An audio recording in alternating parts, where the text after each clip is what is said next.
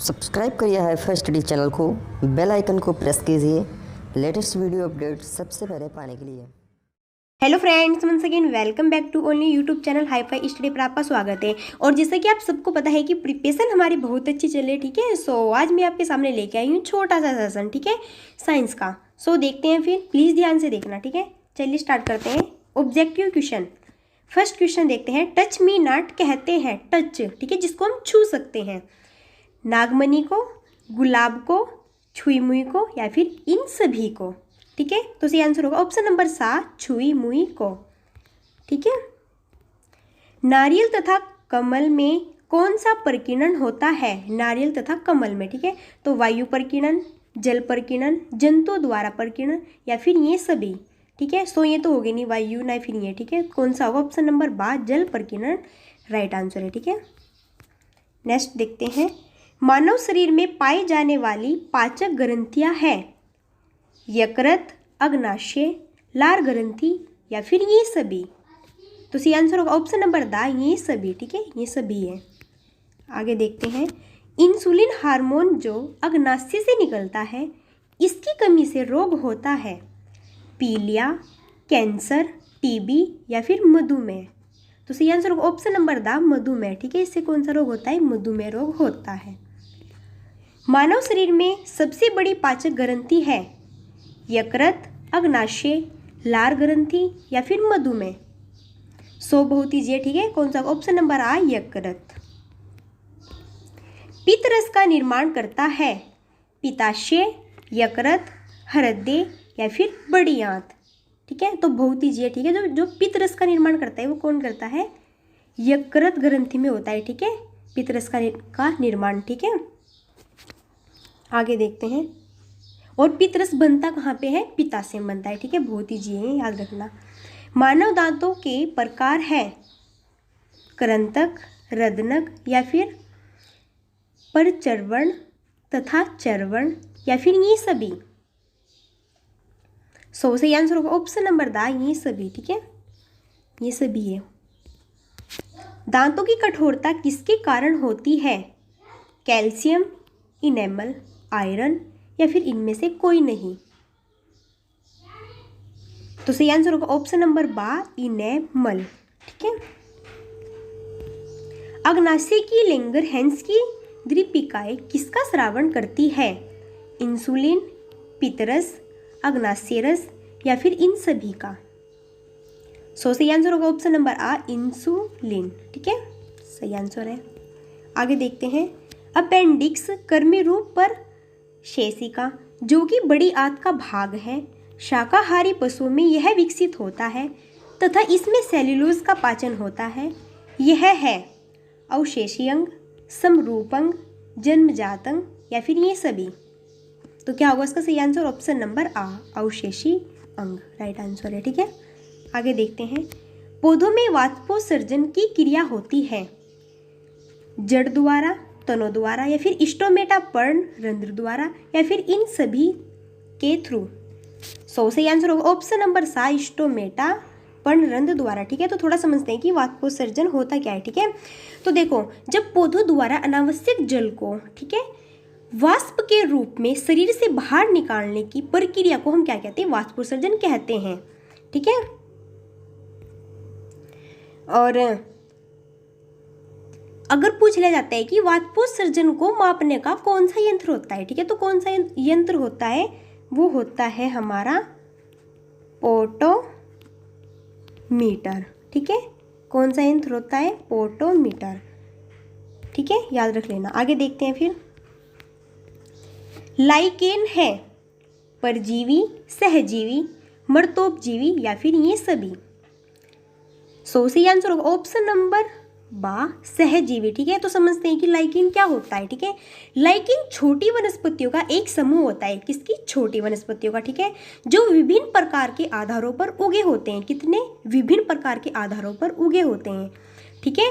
और क्या होता है? ये वृक्षों की पत्तियों, कहाँ होते हैं? जैसे कि वृक्षों की पत्तियों, या फिर छाल, ठीक है, या फिर प्राचीन दीवारें जो होती है, बहुत ही पुरानी दीवारें, ठीक है, या फिर चट्टान, ठीक है, और भी हो सकते हैं, ठीक है। तो वहाँ पर लाइकेन उगे होते हैं, ठीक है। आगे देखते हैं फिर। परजीवी पौधा है? अमरबेल, चंदन, रेफ्लिसिया या फिर ये सभी? सही आंसर ऑप्शन नंबर द, ये सभी। ठीक है, ये सभी परजीवी पौधे होते हैं। कीटभक्षी पौधे कीटों का भक्षण नाइट्रोजन की कमी को पूर्ण करने के लिए करते हैं। कीटभक्षी पौधे हैं ड्रोसेरा, नेपेंथीज, यूट्रिकुलेरिया या फिर ये सभी? सही आंसर ऑप्शन नंबर द, ये सभी। ठीक है, ये सभी होते हैं। आगे देखते हैं। जलीय कीटभक्षी पौधा है ड्रोसेरा, नेपेंथीज, यूट्रिकुलेरिया या फिर ये सभी? ठीक है, सही आंसर होगा ऑप्शन नंबर सा, यूट्रिकुलेरिया ओनली जलीय कीटभक्षी पौधा होता है। ठीक है, ड्रोसेरा और नेपेंथीज नहीं होते हैं। ठीक है, ओनली क्या होता है, यूट्रिकुलेरिया होता है। ठीक है, आगे देखते हैं। एक बीजपत्री पौधों की विशेषताएं हैं। इनकी पत्तियों में समांतर शिरा विन्यास पाया जाता है। बीजों में केवल एक बीजपत्र मक्का, धान, गेहूं पाया जाता है। ए तथा ब दोनों या फिर इनमें से कोई नहीं, नन ऑफ दीज। ठीक है, ये तो होगा नहीं। सही आंसर होगा ऑप्शन नंबर सा, ए व ब दोनों। ठीक है, ये दोनों होती है। आगे देखते हैं। द्विबीजपत्री पौधों की विशेषता है। इनकी पत्तियों में जालिकावत शिरा विन्यास पाया जाता है। बीजों में 2 बीजपत्र, 2 दाल, चना, मटर, सरसों पाया जाता है। ए तथा ब दोनों या फिर इनमें से कोई नहीं, नन ऑफ दीज। सही आंसर ऑप्शन नंबर सा, ए व ब दोनों। ठीक है, बहुत ईजी है, याद हो जाएगा। आगे देखते हैं। सोमपोशी जो अपना भोजन सोम बनाते हैं। ठीक है, क्या होते हैं सोमपोशी, थोड़ा समझते हैं, बाकी सबको पता होगा। ऐसे जीव या पौधे जो अपना भोजन स्वयं बनाते हैं और ये किसी पर निर्भर नहीं रहते हैं और न ही किसी को हानि पहुंचाते हैं। ठीक है, देखते हैं कौन कौन से होते हैं। जंतु, पौधे, कवक या फिर विषाणु। बहुत ईजी है। ठीक है, क्या होते हैं, पौधे होते हैं सोमपोशी जो अपना भोजन स्वयं बनाते हैं। और हाँ, वो इसको समझते हैं कि परपोषी क्या होता है। ठीक है, तो परपोषी क्या होते हैं, ऐसे जीव जंतु जो अपने भोजन के लिए दूसरों पर निर्भर रहते हैं। ठीक है, और दूसरों को हानि पहुंचाकर तब अपना क्या करते हैं, भोजन की पूर्ति करते हैं। जैसे कि कुत्ते, बिल्ली, इंसान, शेर और भी बहुत सारे हो सकते हैं। ठीक है, आगे देखते हैं फिर नेक्स्ट क्वेश्चन। मत्स्य मछली में अनुकूलन है। ये गलफड़ों द्वारा शोषण करते हैं। इनके शरीर का आकार नाव के आकार का होता है। दोनों या फिर नन ऑफ दीज, इनमें से कोई नहीं। सही आंसर होगा ऑप्शन नंबर सा, दोनों होते हैं। ठीक है, आगे देखते हैं। पौधों की पत्तियों द्वारा जल का वाष्प के रूप में निकलना कहलाता है। रसारोहण, वाष्पोत्सर्जन या फिर जल संचयन या फिर नन ऑफ दीज, इनमें से कोई नहीं। सही आंसर होगा ऑप्शन नंबर बा, वाष्पोत्सर्जन। ठीक है, हमने बताया भी था आपको। आगे देखते हैं। पत्तियों का रंग हरा होता है, किसके कारण होता है। ठीक है, तो सेल्यूलोज के कारण, पर्णहरिम क्लोरोफिल के कारण, क्लोरोप्लास्ट के कारण या फिर ये सब बहुत ईजी, सबको पता ही है। ठीक है, तो किसके कारण होता है, पर्णहरिम क्लोरोफिल के कारण। ठीक है, बट क्यों होता है, क्वेश्चन ये भी तो उठता है कि क्यों होता है। ठीक है, तो थोड़ा समझते हैं। ठीक है, आंसर के पीछे नहीं भागेंगे, थोड़ा इसका सेंस समझेंगे। ठीक है, क्यों होता है। देखते हैं फिर क्यों होता है। पत्तियों का रंग हरा इसलिए होता है कि इसमें ना वर्णक पाया जाता है। ठीक है, क्या पाया जाता है, वर्णक, जिसे हम क्या कहते हैं, पर्णहरिम या फिर इंग्लिश में हम इसको क्या बोल देते हैं, क्लोरोफिल कहते हैं। ठीक है, पौधे इसी क्लोरोफिल द्वारा कार्बन डाइऑक्साइड और सूर्य की प्रकाश की उपस्थिति में प्रकाश संश्लेषण विधि द्वारा अपना भोजन बनाती है। ठीक है, इसको बोलते हैं हम। ठीक है, पर्णहरिम क्लोरोफिल के कारण। ठीक है, समझ आ गया होगा। ठीक है, आगे देखते हैं फिर। प्रकाश संश्लेषण की क्रिया होती है पौधों में, जंतुओं में, कवकों में या फिर विषाणुओं में। बहुत ईजी है। ठीक है, किस में होती है, पौधों में होती है। ठीक है, बहुत ईजी है। आगे देखते हैं। प्रकाश संश्लेषण का उत्पाद है मंड या स्टार्च, ऑक्सीजन, ए तथा ब दोनों या फिर सूर्य का प्रकाश। सही आंसर होगा ऑप्शन नंबर सा, ए व ब दोनों। ठीक है, मंड, स्टार्च एंड ऑक्सीजन दोनों करेक्ट हैं। मानव श्वसन करता है नाक द्वारा, फेफड़ों द्वारा, गलफड़ों द्वारा या फिर ये सभी हैं। तो बहुत ईजी है, ठीक है। तो क्या होगा सही आंसर? ऑप्शन नंबर बा, फेफड़ों द्वारा, है ना। बहुत ईजी है ना। आगे देखते हैं, पौधे श्वसन क्रिया में कौन सी गैस लेते हैं? जो पौधे होते हैं जब वो सांस लेते हैं तो कौन सी गैस लेते हैं? कार्बन डाइऑक्साइड, ऑक्सीजन, नाइट्रोजन या फिर कार्बन मोनोऑक्साइड। सो में कौन सी गैस लेते हैं? कार्बन डाइऑक्साइड, ठीक है। पौधे श्वसन क्रिया में कौन सी गैस लेते हैं? Carbon dioxide. और कौन सी गैस छोड़ते हैं? ऑक्सीजन छोड़ते हैं। और जब पेड़ पौधे ऑक्सीजन गैस को छोड़ते हैं तो ऑक्सीजन गैस को मानव ग्रहण कर लेता है। और मानव किस गैस को छोड़ता है? कार्बन डाइऑक्साइड गैस को छोड़ता है। सो इसके डिपॉजिट हो जाएगा। सो ध्यान रख लेना, ठीक है। आगे देखते हैं, मरुस्थलीय पौधे नागफनी की पत्तियां रूपांतरित हो जाती है कांटों में, तनों में, जड़ों में या फिर इन सभी में। तो सही आंसर होगा ऑप्शन नंबर आ, कांटों में। कांटों का रूप ले लेती है, ठीक है। मरुस्थलीय पौधे जो होते हैं उनमें पानी की कमी के कारण वे कांटों का रूप ले लेती है, ठीक है, जिससे कि वे सूखे ना, ठीक है। आगे देखते हैं, मेंढक है जलचर, थलचर, नभचर या फिर उभयचर। सो बहुत ईजी, क्या है? उभयचर। क्या होता है उभयचर? जो कि थल पर भी और जल पर भी रह सकता है। तो मेंढक क्या होता है? वो जल में भी और थल पे भी रहता है। तो उसको हम क्या बोलते हैं? उभयचर बोलते हैं, ठीक है। चेहरे की हड्डियों की संख्या है 7, 3, 14 या फिर 13। सो बहुत ईजी है, कितनी होती है? 14 होती है। आगे देखते हैं, कंडरा जोड़ती है हड्डियों को हड्डियों से, पेशियों को पेशियों से, तंत्रिका तंत्र को पेशी से या फिर पेशियों को हड्डियों से। सो बहुत ईजी है। तो पेशियों को हड्डियों से कंडरा जोड़ती है, ठीक है, पेशियों को हड्डियों से। आगे देखते हैं, हमारे शरीर की सबसे छोटी हड्डी है स्टेपिज, फीमर, इनकस या फिर इनमें से कोई नहीं, ठीक है। तो ये ऑप्शन जो दे रखा है ना इन्होंने यहाँ पर सा, ऑप्शन बिल्कुल रॉन्ग है। सो कौन सी होती है सबसे छोटी हड्डी? स्टेपीज, ठीक है, स्टेपस होती है, ठीक है।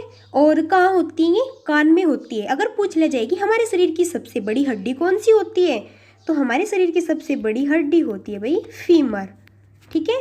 क्या होती है? फीमर। सो ये कहाँ पाई जाती है? ये पाई जाती है जांघ में, ठीक है। सो आपने बिल्कुल ध्यान रखना, ठीक है। आगे देखते हैं, निम्न में से कौन सा रोग विटामिन की कमी से होता है? अपूर्णता रोग, कैंसर, टीबी या फिर इनमें से कोई नहीं, नन ऑफ दीज। सो ये तो होगा नहीं।